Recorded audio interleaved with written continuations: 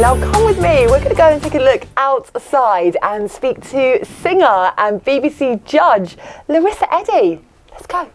So guess who I'm joined by? It's only Larissa Eddie. Hi, thanks for having me. Thank you so much for joining us. I've got to say, we were told that it was actually quite nice outside. It kind of is. I'm not sure it's the best hair weather. I mean, it's a little bit windy, but we've got the hair under control. We have. We're styling this out.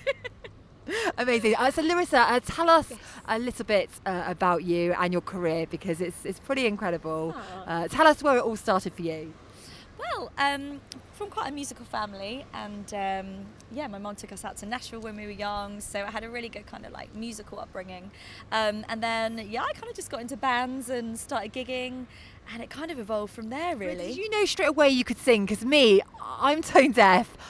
It just doesn't work well for me. Even at karaoke, everyone's like, we thought you could sing, Hayley, but you really can't. But for you, karaoke, Hayley. But for you, you're naturally gifted with your voice. Did you know from a young age, or were you trained? I mean, when I was young, I used to do the classic thing a child would do, sing with the hairbrush and dance around. Oh, I still do that, just to clarify. That's like a daily occurrence for me. That's absolutely fine. We love that. But then, it kind of just escalated, and I really loved performing and I loved singing. So I knew I wanted to be on the stage in some capacity. I kind of got into writing my own songs as well from quite a young age. So I was going to say, is that quite therapeutic? Because, putting pen to paper, especially when you're having sad times, that's really how you do it, isn't it? I think it did help me, and I think it really gave me a focus as a teenager growing up as well, to kind of do something after school and at the weekends. And I've been in a band with my brothers as well, so because you come from a very musical family. Yeah. I mean, I love my family, but we're not singers, just to put it out there. But you guys, you all are. It's incredible. Yeah, so I'm really lucky. I'm one of 5, and we're all musical. So it's myself, I've got 3 brothers and then a little sister. So I think she kind of saw us all gigging and having fun performing together. So I think they've kind of followed in our footsteps, really. Yeah. It's really great to have that kind of support, and at home, especially at Christmas, it's just crazy. It's like a live concert with the Eddies. Wow, I'm so joining you this year, and a roast dinner. Absolutely, we have the turkey ready. I'm a vegetarian, but anyway. So going back to your childhood, did you train at theatre school? No, so I left school and I went to a music college called BIM, which was in Brighton, and I think it had been open just a few years when I actually joined, and it was just the best thing I could have done, really. Going from school to then doing music every single day, and actually being tutored by people that were in the industry themselves was a major help, and really gave me a good understanding of the industry. And also I got to sing every day, so I loved it. And from there I got into other bands and kind of networked, and slowly but surely kind of built up a really good network of people that I could kind of turn to, and because it's like pretty hard to get a big break in the industry. It's so tough. Obviously you're incredibly talented, and it happened for you. What age was it when you got your absolute big break? Well, it was a few years ago, and my first ever tour was with Peter Andre. Hello. This girl, I know. So that was just incredible to get that opportunity, and I literally jumped at the chance because it was 26 dates in a month. That is like full on scale with Peter Andre. I mean, you can't complain. It's like every day. But it was incredible, and it was such good learning for me as well, and it was my first ever experience of touring, especially doing it back to back like that. You just learn so much, and you also actually, I was surprised at my stamina actually, because you think, oh my god, I'm singing every day, and you're traveling, and it's a lot water and lemon out. Exactly, it's a lot to take on board, but I absolutely loved it, and I was like, actually, this is what I want to do. And I really realised that I loved the live element of performing, and it was just like, when's the next one happening? And Peter Andre, I mean, he seems such a lovely, genuine guy. Please tell me he's like that in real life. He really is. He made us feel so welcome. And we just had the best time. He used to come into catering all the time, and we'd have a little chat. And what's he eat? I remember they used to blend him up some nice juices. Oh, so he's really healthy. Exclusive, very. Oh. Yeah, I know. I'll let everyone see you rubbish with me. It's me tucking into the burger, But no, it was brilliant. So that was my first ever experience of touring. absolutely loved it. Yeah. And then I got the call from Lionel Richie's team. Hello. Yeah, hello. After putting something on social media. I did a cover of a Labyrinth tune, Jealous. And we kind of got the call, and the opportunity came around, and I was like, wow, it's the legend, Lionel Richie. Grew up listening to his music, obviously from my parents and my grandparents, and that was just a dream come true. I wouldn't even know what to say to Lionel Richie. I'd just be like, wow. I know, it was one of those moments I'll never forget. And he used to come past our dressing room, going to the stage, and I remember him walking past, and I met him for the first time, and it was just that amazing feeling of, you're meeting a legend. He had a real aura about him, this superstar aura, coming in. I was like, oh my God. He was so lovely, and him and his whole team made us feel so welcome. And he was really complimentary of my set, and just said thank you so much for warming up the crowd, and said that he could hear them cheering. I was like, thank goodness. A, relief, and B, I was like, wow, this moment's really going to live with me forever. Yeah. Because these opportunities do not happen overnight. It takes years of work and persistence and working at your craft, and then when the opportunities arrive, you're ready. So I felt ready for it. I was going to say that actually. What advice would you give to aspiring singers? Because even at Waterloo, I've seen buskers, and you just think, my goodness, please just get your big break, because it's just such a tough industry. It really is, and you've got to be so determined, and you've got to really, really believe in what you're doing.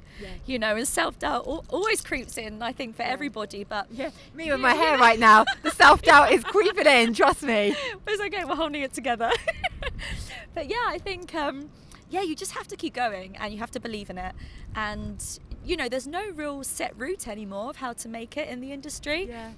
With social media, with Instagram, with YouTube, anyone can put anything up. It's so easy now to get your music out there, which is amazing. It's a blessing. You don't need a major label anymore to come and make you a huge superstar. So it can be done, but I think if you love it, you will always do it. So for me, I wake up and I just want to do music. I just want to sing. And can I just say, you are a rock star, because someone told me, Larissa, that you are getting up in the afternoons, and that's kind of a musical thing, isn't it? You kind of gig at night time, get up in the afternoons. I like it. I mean, a lot of the gigs finish very late, and they're often all over the world, all over the country, so I travel a lot.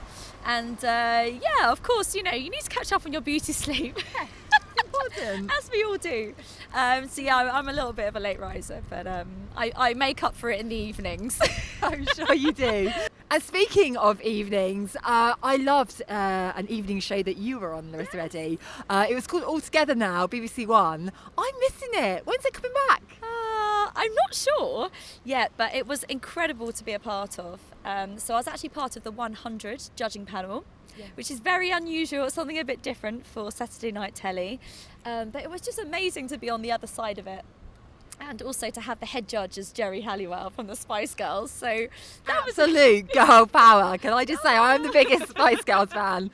I miss it. How was it when you first met Jerry? I can just imagine she is just a bundle of energy. Am I right? She really is. Yeah, we filmed a lot with her, obviously, during the show, and we kind of did the backstage scenes, the actuality part as well. So yeah, she was lovely to be around. She had some great advice, really bubbly.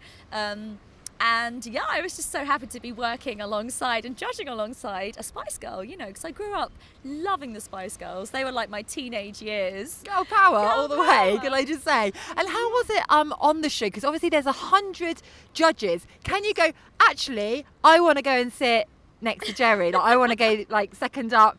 Or how does it work? Do they put you in your places? They do. I think everyone was hoping for the spot next to Jerry, But we kind of got placed in our rows. But it was really nice, actually. I got on really well with the people next to me, as we had so many laughs, and it was just such a great time, really, just meeting and networking with so many different people from the industry as well, and we all had such a laugh. We all filmed in Manchester Media City, so we did actually become one big family. I know it sounds really cheesy, but we still keep in touch now. And you've still got the WhatsApp group? We have, it's still going on. Series 1 and 2 WhatsApp group. But they're still going strong, and it's really nice to just see what everyone's up to now. Yeah, because you're all professional share that. singers. Yes. And like you say, it's a big family. You film together a Yeah. lot. Was there any gossip? I mean, there's 100 judges. Anyone I flog mean, anyone? oh, I'm trying to find out. Wow. I'm sure there was a lot of gossip going on, but I do not partake in any of that. Absolutely. I had to be up so early every morning, like ready in hair and makeup. Early There's no starts, and time you for don't do that. early starts, Larissa Eddie. There's no time for that. But yeah, it was an amazing experience, and one I'm really proud of, actually, to be on the other side of it. Yeah. You know, and just to kind of be a judge and just give a little bit of my experience and, you know, just pass that on to someone who wants to get started in the industry. Yeah, because being a judge, I mean, how hard is it to spot talent? Like straight away, do you just go, actually, you're amazing, or actually, you're tone deaf? You know, how do you know if someone's instantly got I'm it? not tone deaf, Hayley. I've heard you like a little bit of karaoke. And that's the problem. I love karaoke, and I'm really bad. I'm sure you're not. But it was really nice to be on the other side of the stage, as it were, for a little while, and kind of just pass on that knowledge and experience. And what I loved about the show is that it had a real kind of Gogglebox feel to it. So we were all mic'd up, you know, throughout our sitting there. And You can't go to the toilet with your mic on. not really. No. We'd be dragging the whole set behind us, I think, if we were. But no, it was really great, and we were all mic'd up, and we basically, you know, like Gogglebox, when we see someone walk out, we kind of, I guess we do judge, and we kind of make assumptions of what maybe they're going to sound like, and just depending on what they look like. And we had some real surprises, which I think made the show really exciting for us and the audience at home. So some people completely blew us out of the water with their voices, you know. And the standard of talent was really high. Yeah. So actually, it was really, really lovely to be a part of it. Yeah, well, I might enter next time. Absolutely. No, I'm joking. There's no chance. So make sure you join me after the break. I'm going to be chatting more to Larissa Eddie.